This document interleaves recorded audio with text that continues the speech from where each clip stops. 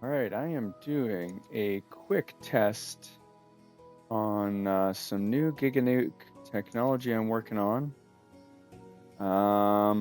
Let's first of all see if this thing blew itself up. Second, we're gonna see what this payload looks like. Let's go see. Let's hope it survives this initial blast. Okay.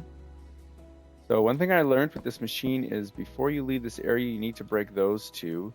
Otherwise, it will destroy itself while you're gone. And I want to be able to come back and measure how much TNT it used. Okay, right here I can see. That'll be useful information once I look back at this footage. How many wind charges it used? Okay, and how many? Well, I guess this isn't a good representation, but this is the minimum. I think this is exactly how many cycles it did. One, two, three, about 3.5 stacks. The machine is survived that beautifully. We sent it. I can't open that actually. I think it was about 2 stacks away. So let's go see what this payload looks like. But so essentially, this is the next version of the Giganuke, which I'm hoping to be releasing in the next few days. It fixes some problems that I had with the other Giganuke. Not exactly problems, but just limitations. So I want the payload to be a new version, to not be so long and be more squared off and denser. This payload is, I think, about 5 times denser than the other ones. So, and it holds about, it has twice as much payload capacity. So this machine can fire, I think, roughly 60,000 TNT, which is absurd. And I also adjusted the wind charge chamber so that it's a little more effective in giving us some spray. All right, let's go see what this payload looks like. I am curious how this is going to go. So, okay, here we go. Let's see. I can see some spray happening. It's going to be very laggy. It's going to be so laggy, but I just want to get a glimpse of what we're looking at here for. I can't really see any TNT moving. Oh, okay, I can see some spray. Oh, we've already got some detonation, which is good. Okay, I'm not seeing, like, what I want to see is, okay, there we go, right there. I think that is not detonation spray. I think that is wind charge spray. The wind charges is one thing I'm really trying to understand so that I can use them really well in my payloads. Okay, that looks good. I like that payload. One thing I don't want is I don't want a whole bunch of TNT flying up in the air, which is unavoidable. Just given the pack we have here, some of it spraying up is okay. Okay, this looks good. I'm looking at, so I'm dropping new payload, loading it now. I really don't see any spray coming off of it. I see all 4 layers intact. Now, okay, that looks nice. Looks nice. Okay, okay, I see quite a bit of TNT up in the air. Oh, okay. So this TNT might be our full fuse TNT, and our partial fuse TNT might have already sprayed outwards. It's just hard to tell. So how much TNT is this?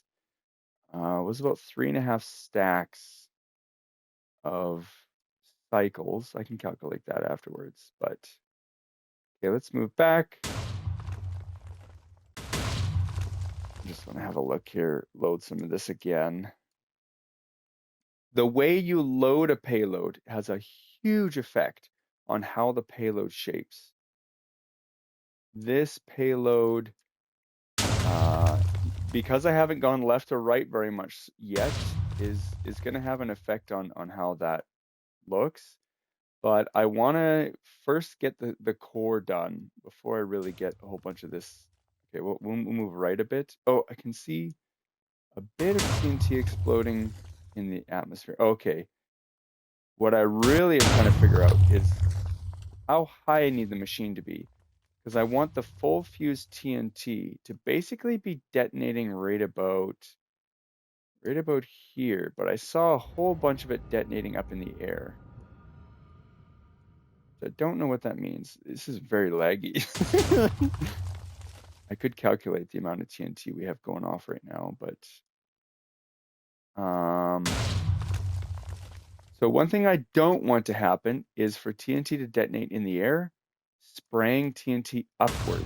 I always want the TNT going downwards. Let's just watch for a minute.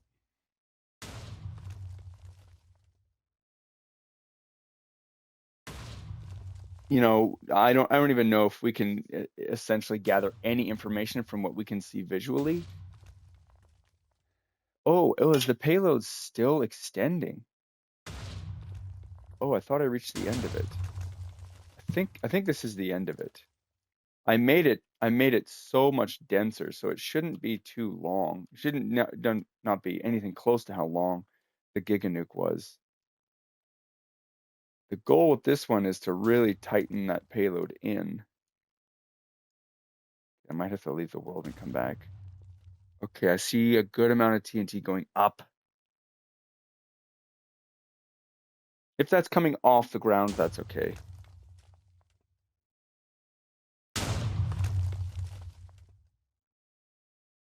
Oh yeah, it is still dropping in new core. Wow, look at that.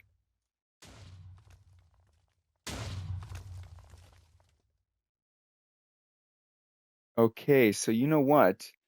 I might have found the densest I can possibly make these with this machine because I think the actual TNT are generating the space.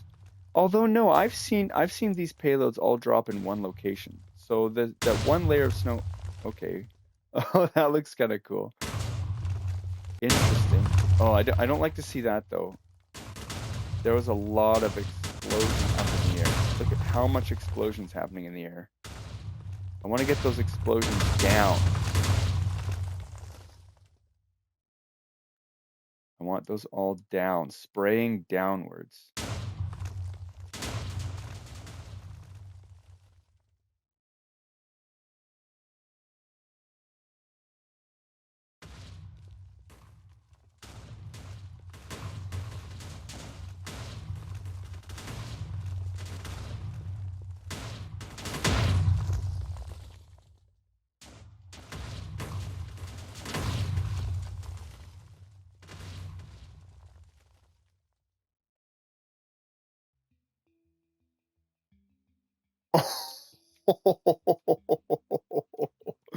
What? Now that, now that is a nice payload. So now when we load the sides, we should see our, wow. I do see a lot of TNT spraying upwards. But the fact that we were able to condense the core of this payload that much, I am happy with that. I think that might, yeah, this is a lot of vertical TNT detonation. Some of that would probably be mitigated. This is insane.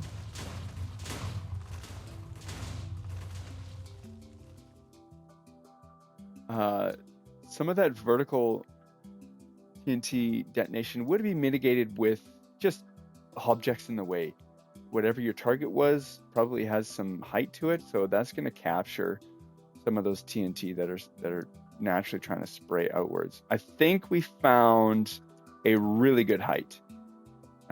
We might have a quote-unquote ring of TNT that's actually got way too wide of a propulsion, but what can I do? I think that payload epicenter is exactly what I was trying to get out of creating this next version of the Giganuke. Whereas, because the first Giganuke was shocking. Oh, cool. The first Giganuke was absolutely shocking how much TNT that tiny machine could push. This version of the Giganuke, I want it to be ideal. I'm trying to make a machine that's actually going to get used by somebody. I want it to be the ideal nuke that is simple enough to build, but effective enough that it's effective enough that it's actually the go-to. Wow. Okay, that is an absurd amount of TNT detonating in the air, but the amount of TNT that's detonating on the ground, I'm so pleased with. I think this test was so successful. I'm not going to change a thing on this version, and this is going to be the Giganuke, the next version of the Giganuke. Which I'm not just going to call it version 2, sort of, but it's going to be called something slightly different. That makes me happy. One thing I want to do is get really into the core of that payload and see the depth of the destruction. Oh, how long was I recording? Because that is wonderful. That is what you want to see. Like, look at this tiny machine. This, oh, did it get hit with some TNT? No, this does this. That is exactly the shocking outcome I was hoping for. Wow. Your base would be gone. Someone builds this, aims it at your base. What can you do? Wow. So, next thing is we have to decipher. What was it? What was just flying in there? Oh, the snow. Look at how much wider this sprawl is. That is a beautiful payload. You can tell exactly where your target was, and I think I'm seeing a pattern where it's for some reason favoring the left side. This is 2 tests now where I've seen it more or less favor the left side. It probably is completely random because I haven't done a huge amount of tests, so the sample size isn't huge, but it's probably just random that I'm accidentally hitting that side, loading that half of the machine first. I don't think I could be happier with this payload. Your message is sent, and even the quantity of TNT I sent was great. You're usually not going to find a target bigger than this. Now, the only thing adding more TNT is going to do is extend this way. But you know what? The beginning of the payload, you don't really get that quantified wind charge effect.